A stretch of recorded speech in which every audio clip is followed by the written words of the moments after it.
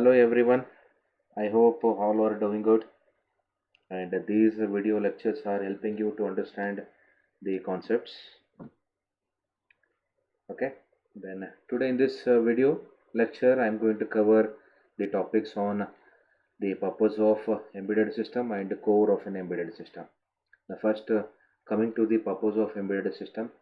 So why we are using the embedded systems, what are the use of embedded systems. Okay. So as in the previous video, we have seen the application areas of embedded systems. So embedded systems are used in many areas, like they are used in healthcare, they are used in computer networking, then cloud computing, IoTs, home automations, and many more areas. So day-to-day life we are dealt with these embedded systems. Okay. So coming to the purpose of an embedded systems. So the first purpose is the data collection, storage, representation. To collect the data, and after collecting the data we need to store, then after storing the data we need to represent. Right. So for example, as of now all we know that we are undergoing the COVID-19 pandemic situation, right? So at this stage the health department need to collect the data of the positive patients as well as the other patients also. So the data, like the heartbeats of a patient, or the data can be related to the respiration system, and the data can be related to the temperature of the body, right? So this all uh, the doctors need to collect these data from the patients, so that the doctors can analyze the patient, that how much they are infected with this COVID-19, right? So this is what the collection of data. Then after collecting these data we need to store, and we need to represent, or we need to check how much they are infected with this disease. Okay. Now coming to the another purpose, that is data communication. So right now we people are communicating each others, and you people are understanding the concepts through this video lectures, right? We are communicating each others. Now we'll see how the embedded systems plays an important role in this communication, right? So in data communication we require networking devices like routers, switches, hub, and many more networking devices. So why we require these devices? So these devices which makes the communication between two devices or two persons, right? So these devices will act as what the embedded systems, so that the two persons or the two devices which are communicating each others. So these embedded systems which helps for communication between the two devices or two persons here. Now coming to the another purpose of the embedded system, that is data signal processing. So here the data can be the analog or digital. So and thus data must be processed using the embedded systems here, right? Then coming to the monitoring. So to monitor the patients we require the embedded systems. For example, almost all the embedded products comes under the medical domain. As of now, the doctors requires ECG machines to check the patient heartbeats, right? So this is what the purpose of the embedded system here. Now the next purpose is what, the controlling. So here to control the any system, we require the embedded systems like the sensors and actuators. So these are two embedded systems which are used for controlling the systems.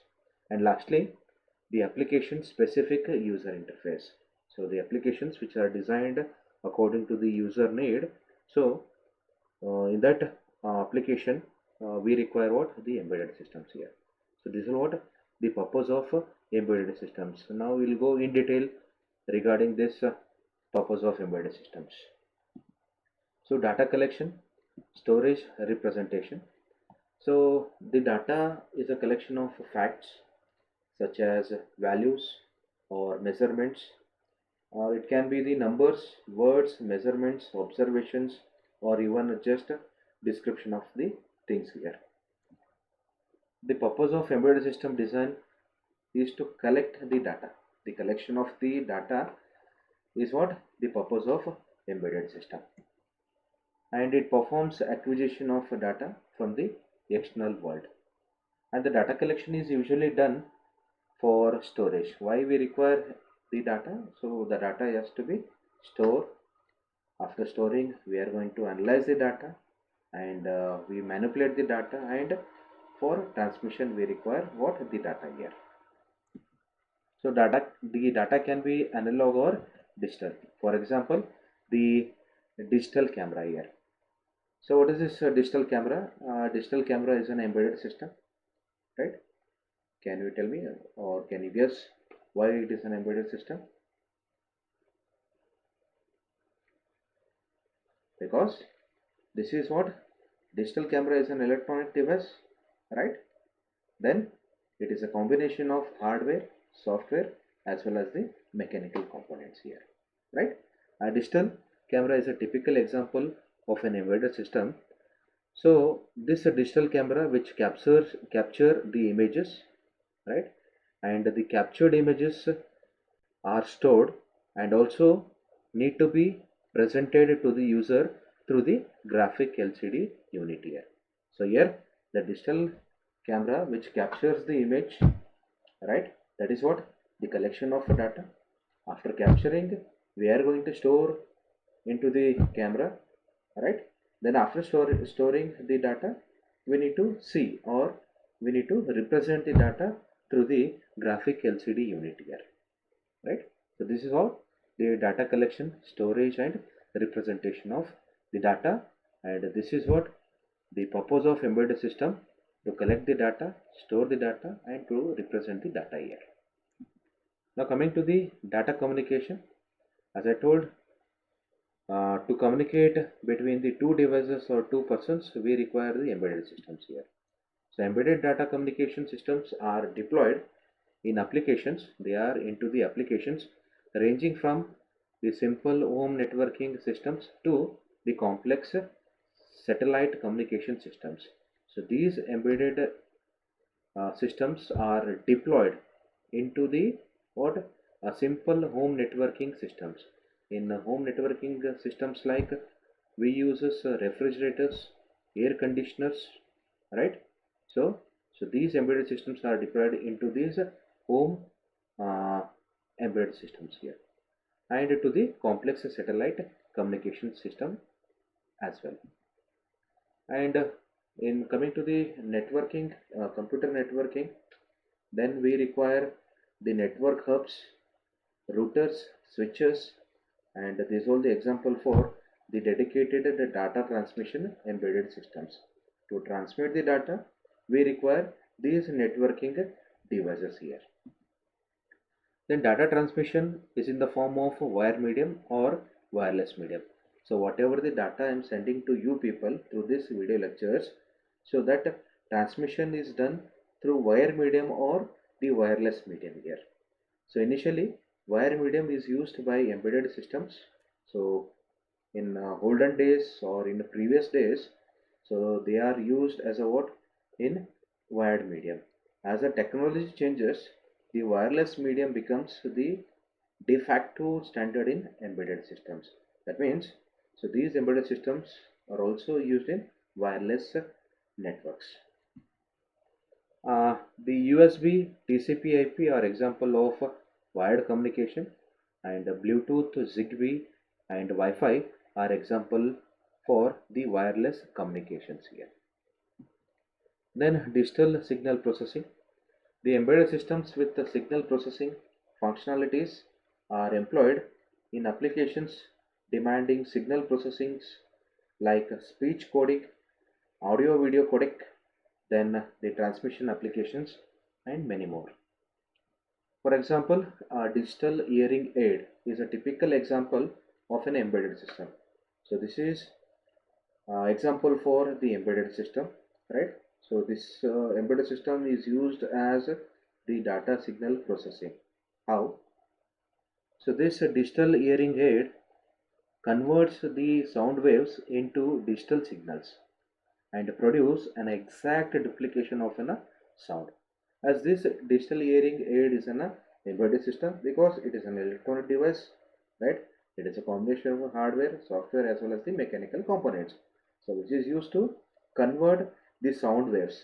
So whatever the sound waves, it captures that sound waves and convert that sound waves into what the digital signals, and the chip in a digital aids analyze the speech and other sounds from the environment here. So this is what the purpose of embedded system in digital signal processing. Then monitoring. So almost all embedded systems or products coming under the medical domain are with monitoring functions. So whatever the embedded systems are designed in the view of the monitoring, they are all coming to the what the medical domain here. So they are used for monitoring functions. For example, the if I want to check the patient heartbeat, and this patient heartbeat is monitored by the ECG machines, that is electrocardiogram machines. So this is what the ECG machine, and the other devices like digital CRO, digital multimeters, and logic analyzers are example of monitoring embedded devices. If I want to monitor the data, right? So I require these devices as a what the embedded systems. This is what the purpose of embedded system is, to monitor. Then to control, right? So to control any devices, I require the embedded systems. So here we use the embedded systems as the sensors and actuators.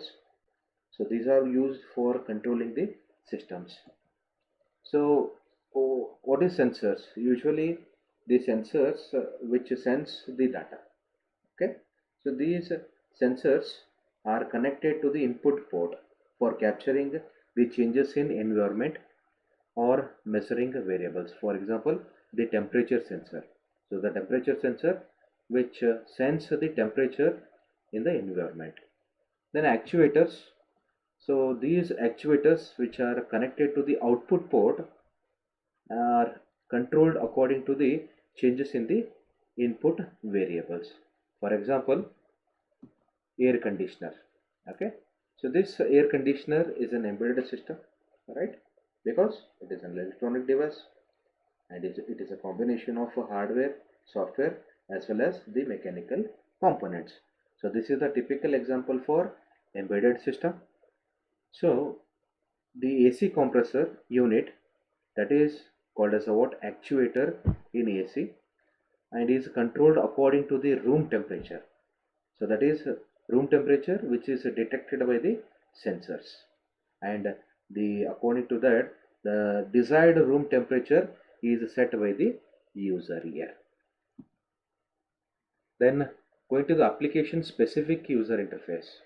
So these are what the applications which are specific to the user interface. So these are embedded systems with application specific user interface like buttons, switches, keypads, lights, bells, display units, etc. And the best example for this is the mobile phones. So the mobile phones which are designed according to the user needs. So in the mobile phones, it has the user interface. The user interface is provided through the keypads or the touch screen, then the graphic LCD model, then the system speakers, then it has the vibrate alerts, etc.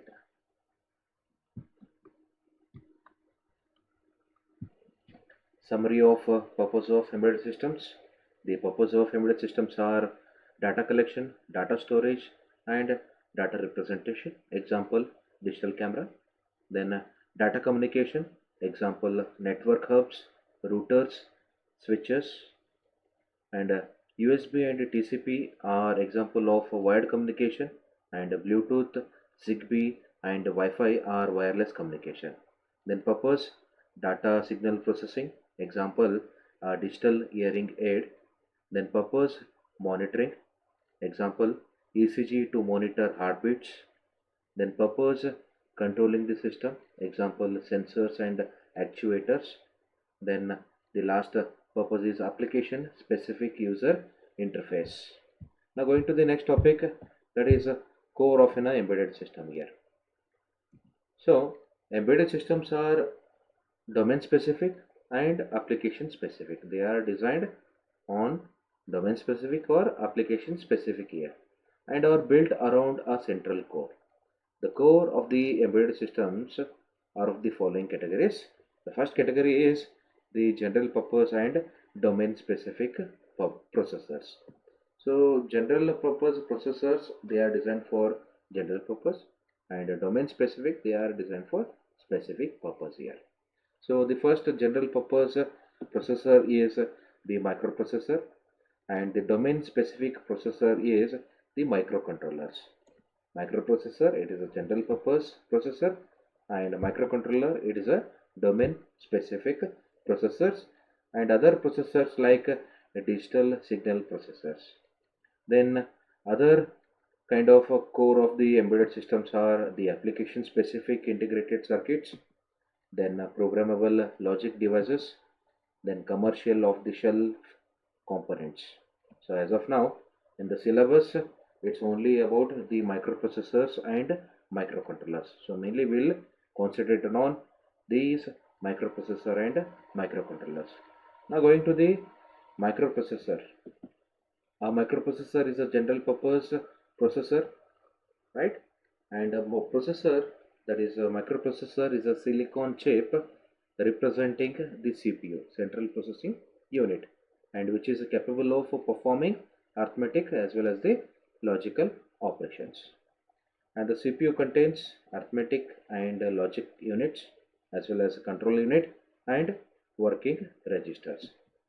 And a processor, microprocessor, is a dependent unit. It is not an independent unit. So it requires the combination of other hardwares like memory, timer, then interrupt controller, and many more additional units to the microprocessor to function properly here. So now going to the history of a microprocessor, we need to understand the evolution of a microprocessor. So how it is evolved. Now can you tell me which is the first microprocessor developed by Intel?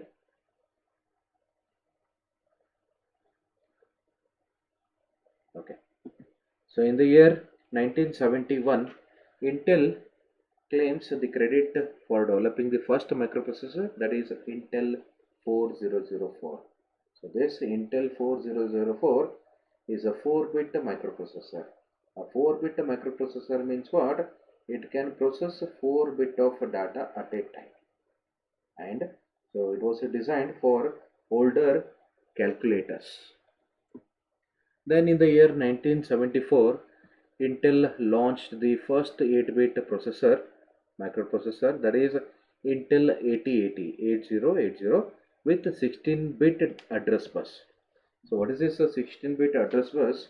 So whatever the data we are going to store into the memory, and memory consisting of memory locations and memory location which is of 16-bit.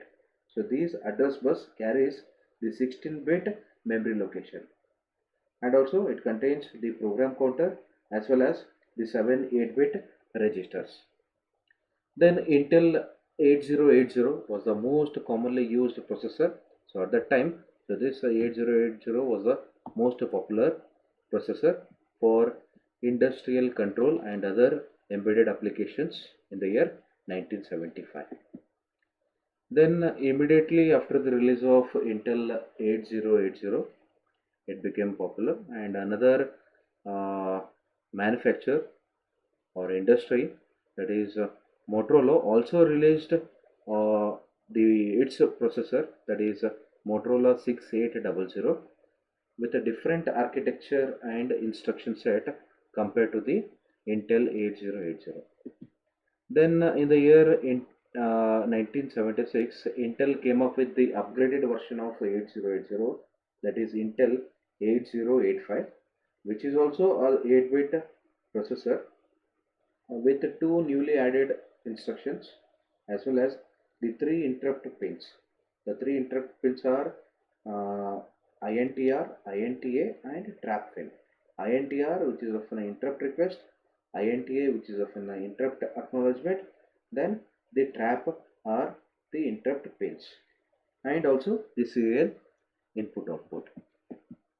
Then in the year 1976, the another company called Zilog entered into the processor market with its processor called Z80 as a competitor to the Intel.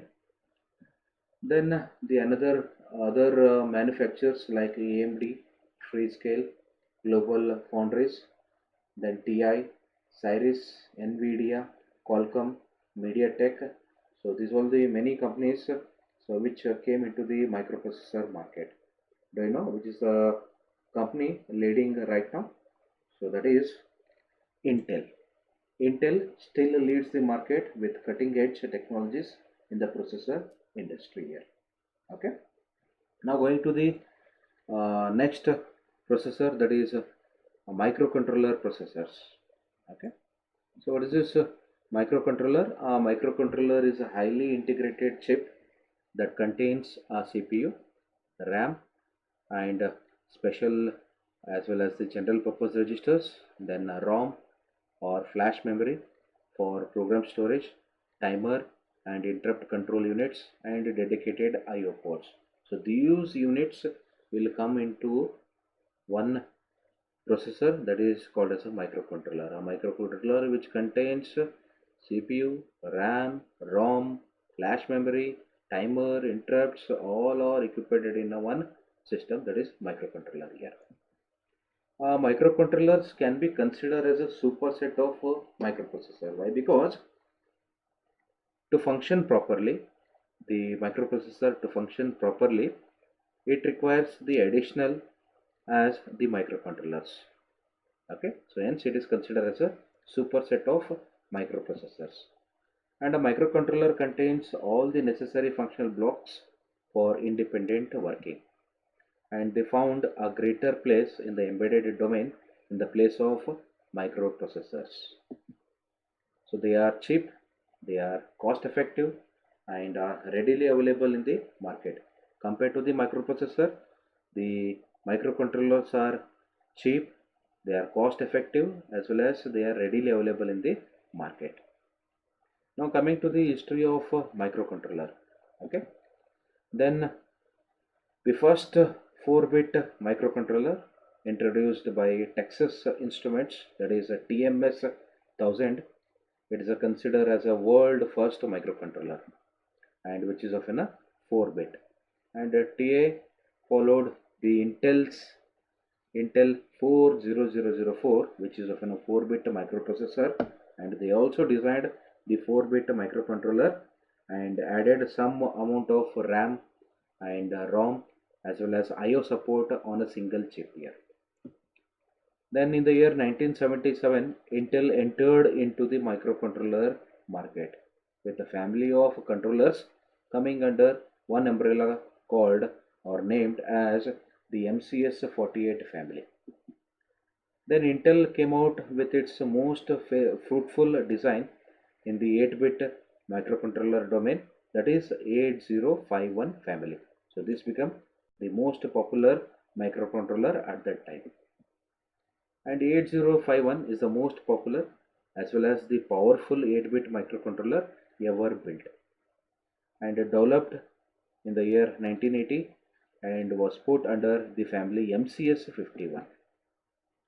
And almost all 75% of microcontroller used in embedded domain were 8051 Intel 8051 family based controllers during 1980-90s.